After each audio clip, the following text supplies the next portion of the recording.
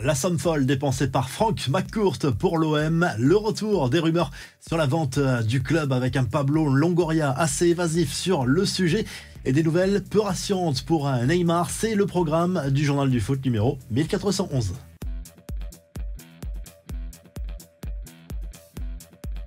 C'est toujours un sujet ultra sensible à Marseille, objet des plus folles rumeurs. Le journal L'équipe se penche à nouveau sur le futur de l'OM et une potentielle vente du club à moyen ou à long terme. Le propriétaire américain Frank McCourt n'est jamais apparu aussi éloigné des affaires internes, ce qui forcément continue d'alimenter les plus folles rumeurs. Pourtant, en coulisses, l'Américain continue de dire que la vente n'est pas du tout d'actualité à l'heure actuelle. D'ailleurs, il reste très attaché au club olympien, c'est ce qu'il répète à ses proches. Il a dépensé plus de 500 millions d'euros depuis son arrivée en 2016, sauf que l'OM n'a pas gagné le moindre titre depuis, et ça forcément, ça fait tâche. Les confidences de Pablo Longoria. À présent, le président marseillais a accordé un long entretien à RMC Sport 2 mois après les incidents avec les supporters. Le dirigeant olympien est revenu sur ces fameuses rumeurs de vente. Justement, Longoria est resté plutôt évasif. Il a botté en touche sur le sujet, expliquant que cette question devait plutôt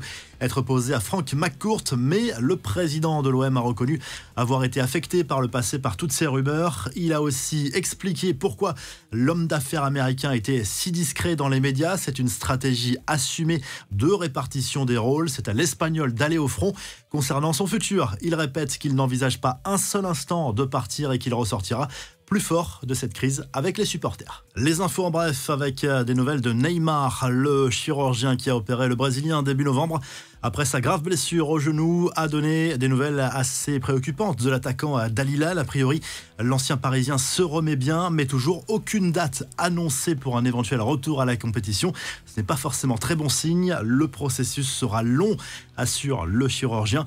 Retour en Europe avec les ennuis qui se confirment pour Dani Alves, le Brésilien accusé de faits très graves par une jeune femme survenue potentiellement dans une boîte de nuit de Barcelone. Passera bien par le tribunal pour cette affaire. On rappelle qu'il est toujours en détention provisoire. Les confidences de Gianluigi Donnarumma, le gardien du PSG, est revenu notamment sur l'hostilité des tifosi de San Siro lors de son retour avec le club parisien en Ligue des Champions la semaine dernière. L'ancien Milanais explique avoir été affecté, mais plutôt après le match. Sur le terrain, on essaie de ne pas être touché de ce point de vue-là. J'ai beaucoup progressé, a lâché Donnarumma. De belles images à présent en Colombie, celle des retrouvailles entre Luis Diaz et son père, libéré jeudi dernier après 12 jours de prise d'otage par un groupe de guérilleros. Le père de l'attaquant de Liverpool a pu retrouver son fils en larmes au centre d'entraînement de la sélection colombienne. Enfin, cette triste nouvelle, le décès d'Alessandra Bianchi, ambassadrice du football italien en France, passée par plusieurs médias comme Canal+, l'équipe ou encore RMC. Elle avait seulement 59 ans.